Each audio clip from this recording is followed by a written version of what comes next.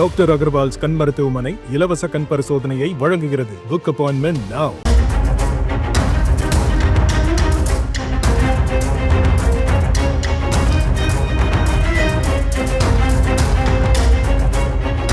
காவல்துறையின் தொடர் அலட்சியத்தால் ஒரு பெண் கொலை செய்யப்பட்டிருக்கும் சம்பவம் அதிர்ச்சியின் உச்சமாக உள்ளது.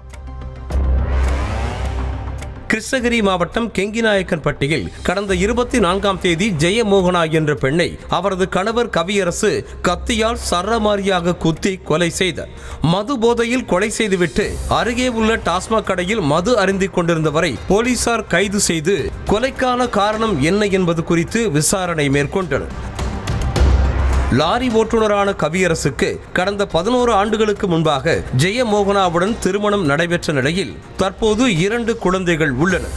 மனைவியின் நடத்தையில் அதீத சந்தேகம் கொண்ட கவியரசு தினமும் குடித்துவிட்டு வந்து மனைவியை ஆபாசமாக பேசுவது, அடித்து உதைப்பது மற்றும் செக்ஸ் டார்ச்சர் கொடுப்பது என தொடர் இம்சைகளை செய்து வந்ததாக கூறப்படுகிறது.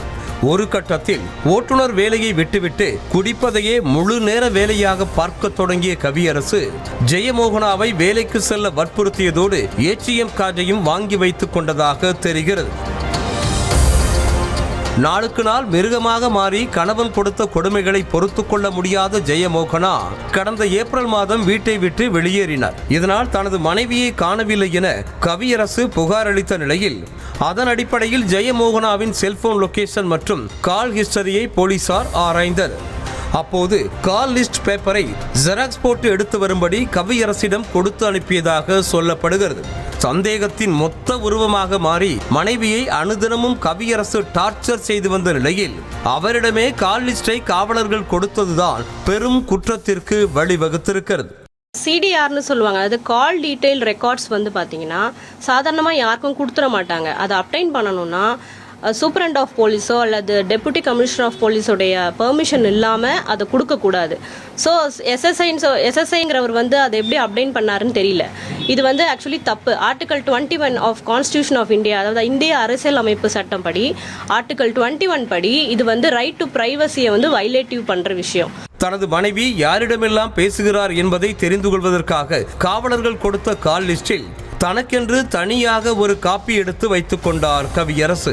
இதற்கிடையே ஜெயமோகனா நாமக்கல்லில் இருப்பதை அறிந்து அவரை அழைத்து வந்த போலீசார் அவரது தம்பி ஜெயபாண்டியனின் வீட்டிற்கு அனுப்பி வைத்தனர். ஆனால் அதன் பின்னர் தான் கவியரசின் தொல்லைகள் அதிகரித்ததாக தெரிகிறது.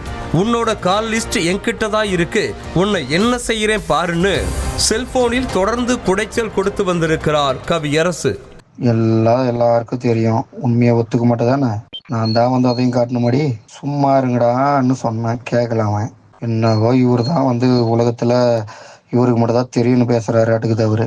எப்படி உங்களுக்குலாம் ரத்தம், எனக்கு தக்காளி சட்னியா வரும் பாரு, தக்காளி சட்னி. இந்த நிலையில் கடந்த 19ஆம் தேதி ஜெயபாண்டியனின் வீட்டிற்கே சென்ற கவியரசு தனது மனைவியை கொல்லாமல் விடமாட்டேன் என கூறி மிரட்டல் விடுத்திருக்கிறார்.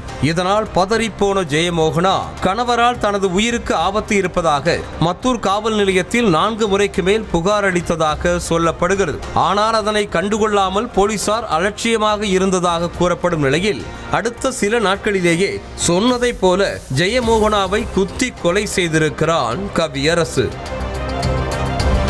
சந்தேக கணவரிடம் கால் லிஸ்டை கொடுத்ததோடு உயிருக்கு ஆபத்து என புகார் அளித்தும் நடவடிக்கை எடுக்காமல் காவல்துறை காட்டிய தொடர் அலட்சியமே ஜெயமோகனாவின் உயிர் பறிபோக முக்கிய காரணமாக அமைந்திருக்கிறது. குற்றம் நடக்கும் முன்பாக அதனை கண்டறிந்து தடுக்க வேண்டிய காவல்துறையே குற்றத்திற்கு வழி ஏற்படுத்தி கொடுத்திருப்பது மக்களிடையே பெரும் அதிர்ச்சியை ஏற்படுத்தி இருக்கிறது. நியூஸ் தமிழ் செய்திகளுக்காக செய்தியாளர் மூவேந்திரன். டாக்டர் அகர்வால்ஸ் கண் மருத்துவமனை இலவச கண் பரிசோதனையை வழங்குகிறது. Book appointment now.